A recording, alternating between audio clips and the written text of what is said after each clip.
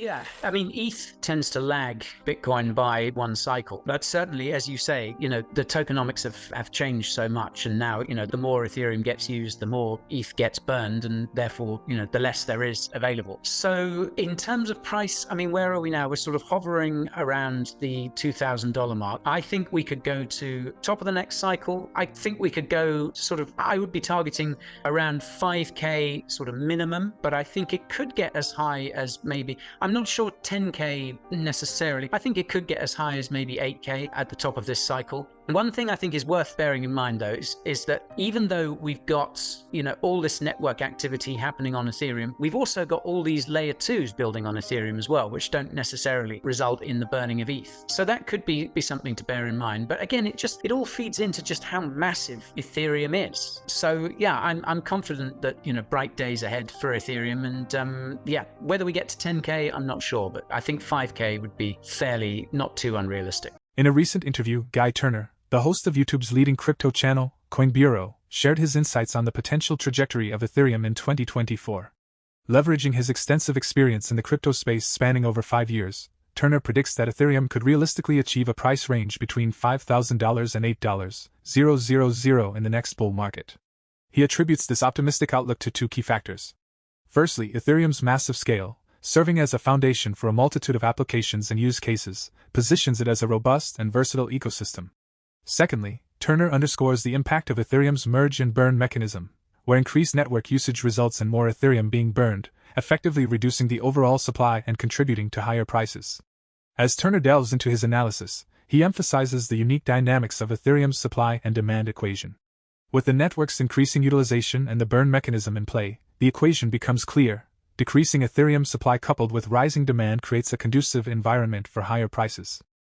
For those interested in a detailed exploration of Turner's complete outlook for the next bull cycle and his perspective on why this could signify the end of exponential cycles, the video promises valuable insights and information. Daily Dose Crypto Challenge.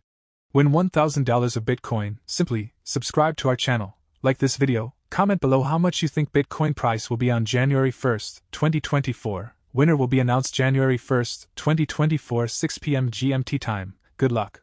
2024 is going to be a big year, I think. If everything goes as it's kind of expected to go and we get ETF approval in January, that will be great for the market. We'll see big price action for Bitcoin, and I think that will eventually feed into ETH and altcoins. So a spot ETF will definitely, I think, pump the market. Another thing to look out for, I think, is in March when SBF is sentenced. Now, obviously he's been found guilty. That chapter is kind of closing, but I do think that could be a big moment that we get that sort of final closure on SBF. He's sent off to prison for however long, and I hope that moment sort of changes people's outlook on crypto, because this has been such a huge story. When you step out of the crypto bubble, everyone else, they're only the only thing they're really aware of when it comes to crypto is TX and Sam Bankman-Fried, and I think hopefully putting that to bed, so to speak, will be a moment where people sort of focus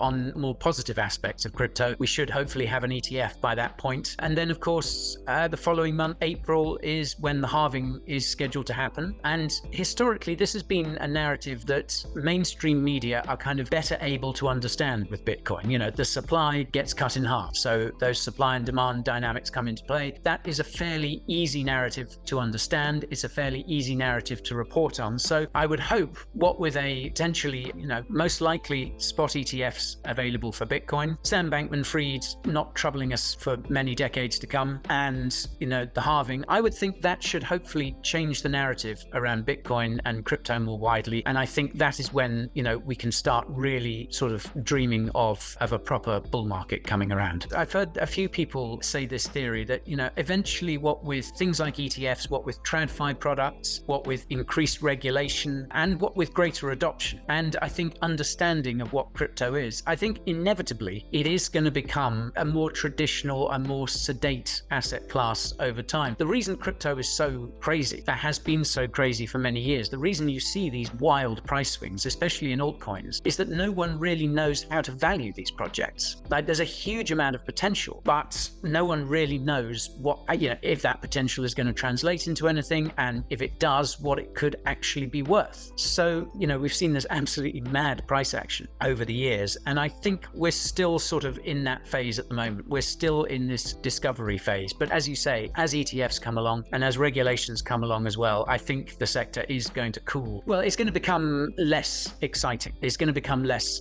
frothy.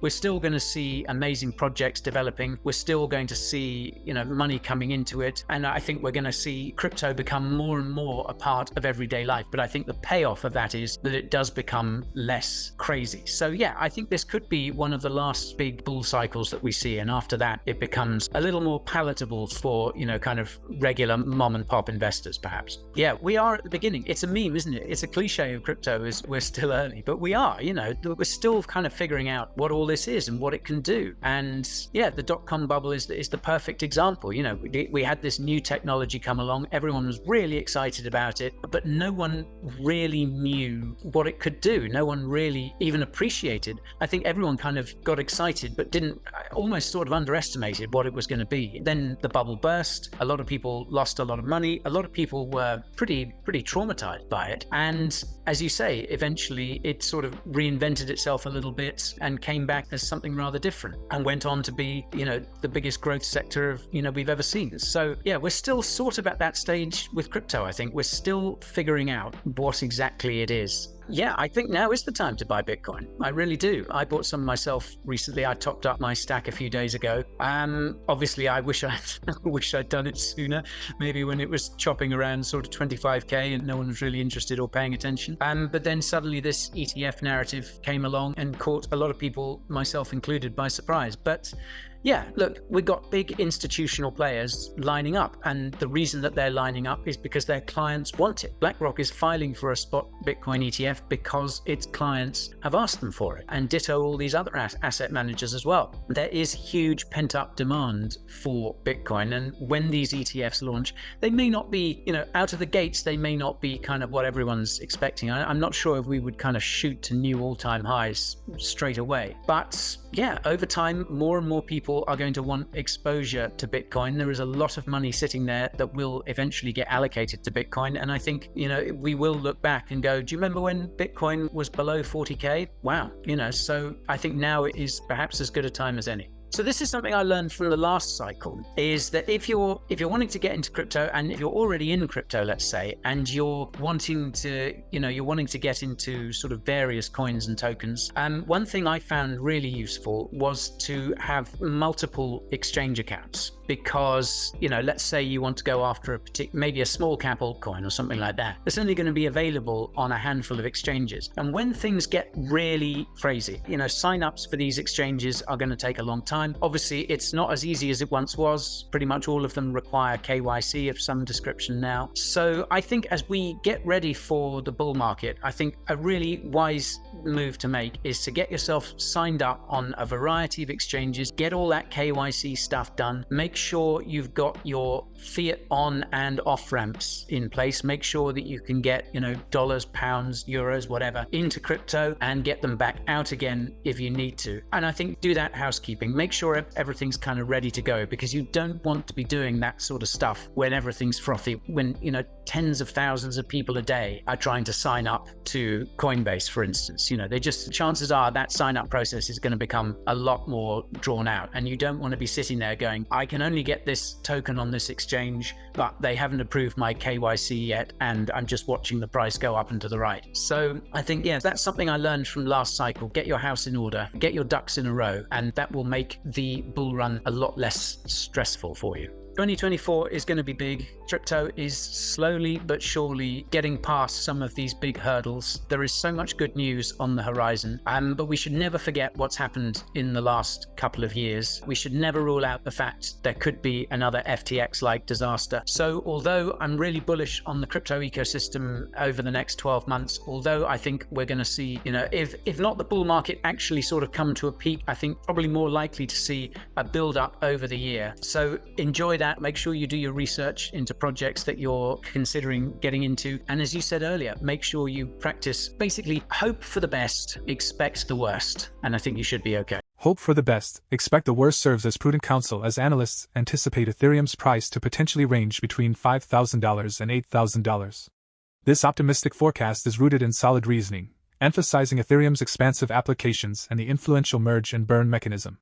The platform's adaptability and the ongoing impact of its evolving features contribute significantly to this positive outlook. It's crucial to acknowledge the dynamic and ever-changing nature of the crypto market. Guy Turner and other experts draw on years of experience to provide valuable insights into Ethereum's potential trajectory. Their perspectives offer guidance for investors navigating the unpredictable crypto landscape, emphasizing the importance of adaptability and a comprehensive understanding of the market's nuances. As Ethereum continues to play a pivotal role in the crypto space, keeping abreast of these insights becomes increasingly essential for informed decision-making. For more Daily Dose Crypto news, check out these two awesome videos on your screen. Click now and we will see you on the next video.